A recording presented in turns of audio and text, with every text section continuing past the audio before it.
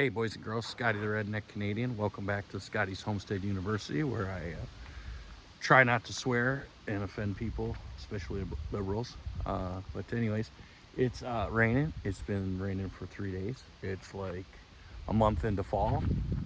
You can see my maple trees right here. There was some pretty good winds last night, and my solar array took it no problem. So we'll see tomorrow what happens. There's still a few leaves on those trees there, but yeah, there's been no charging going on for a couple of days. And yesterday I had my new Amish friend over, and we were back in the barn. And give me a coda there.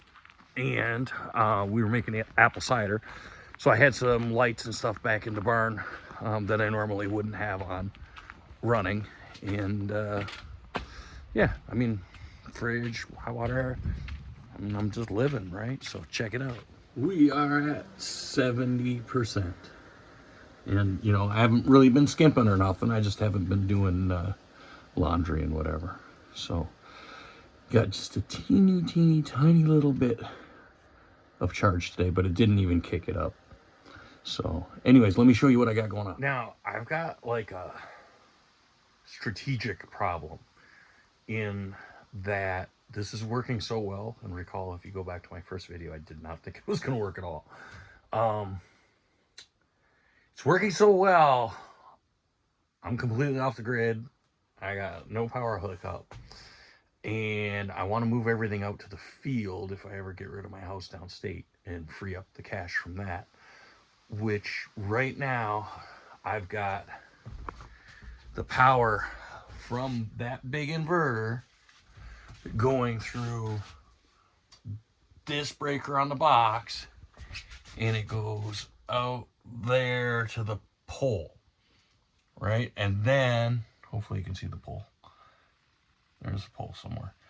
And then it goes all the way back to the barn, which ends up being like 970 feet. But it works really well. Because on this inverter, it's like 244, 245, sometimes 246 volts. So even though it's 1,000 feet, I'm not pulling a lot of amperage, so I don't get a lot of voltage drop back there. And it'll run my metal bandsaw. It'll run the drill press. It'll run lights, televisions, all that stuff's easy, right? But yeah, light industrial equipment, and I can actually run. I probably could run the table saw, maybe the planer, I don't know, but I don't want to mess with it because I don't want to blow shit up. And, you know, because I don't want to blow shit up. Anyway, so the moral of the story is I started, you know, converting this stuff to 12-volt lights. And then I'm like, well, this kind of looks crappy because, you know, I got the wires hanging here. And then I'm like, I don't really want to tear everything apart and drill holes and make it look not crappy, because I'm going to end up with a big inverter in the back feeding the power up to the pole and then back into here. So here's what I did. I've got this little inverter here we talked about a couple of videos ago, and it works really well. 375 watts is like a lot if you're not running like a refrigerator and you know, appliances. So what I did was I hooked that into a power strip, and then another with a breaker on it, a 4-way, okay? And what I did, so I plugged obviously all this stuff into it. That stuff again is running straight DC. These two lights behind me in the ceiling are straight DC. What I did, those two lights just, plus the little ones, just, it wasn't quite enough. So I figured I wanted these lights on. These are like 6-watt LEDs, but they would not run on straight DC. So what I did was I just gently popped one of those boards and got to it, and I just put Marrettes. Troy makes fun of me for calling them Marrettes. Wire nuts. On the wires that belong there, the 110, and then I just wired it to a plug that plugs into there. Okay, and then I needed to get 110 off the small inverter to this, because recall this is the control for the hot water pump. So what I did was I dropped a wire up through here and dropped a wire down into here, and then I wired up those two outlets there, and then I bought a bunch of direct DC USB hubs, and they didn't get delivered by Amazon like 3 months ago, the last time I went downstate. So they're sitting on the kitchen table down there. So what I did in the meantime was I just hooked up this USB hub, so that all runs through that inverter. So right now, the inverter is like 33 watts. I'll turn this off for a sec.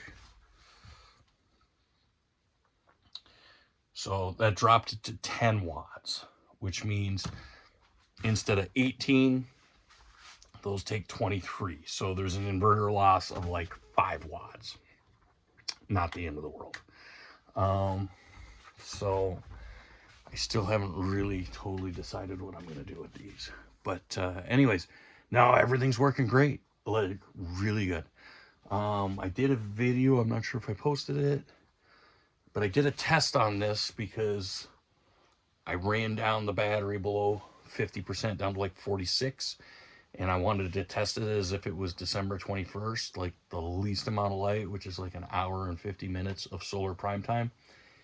And even with some clouds, it did it for, it was like 10 or 15 minutes to spare. So I think I'm good, man. Like, this is really the lowest that it's been, though.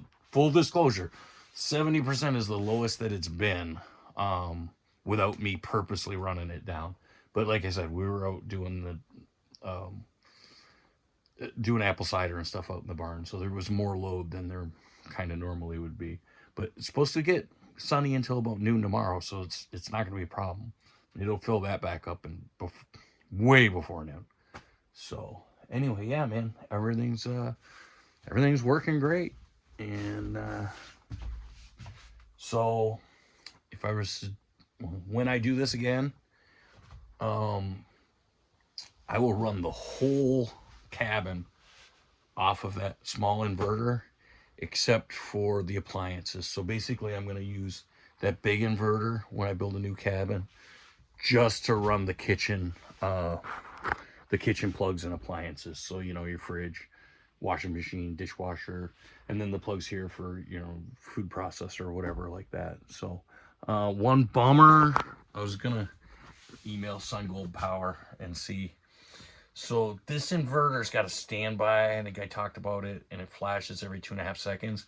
One of the dip switches is supposed to set it to flash every 30 seconds, which would be cool, but it doesn't do it at all. So I don't know. I don't think I messed something up. Maybe the dip switch is bad. Maybe I can clean it out and try something.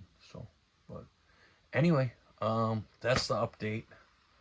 I think I got a couple other videos I got to edit and drop, which I promise I will. So, all right, till next time, get your sticks on the ice, eh?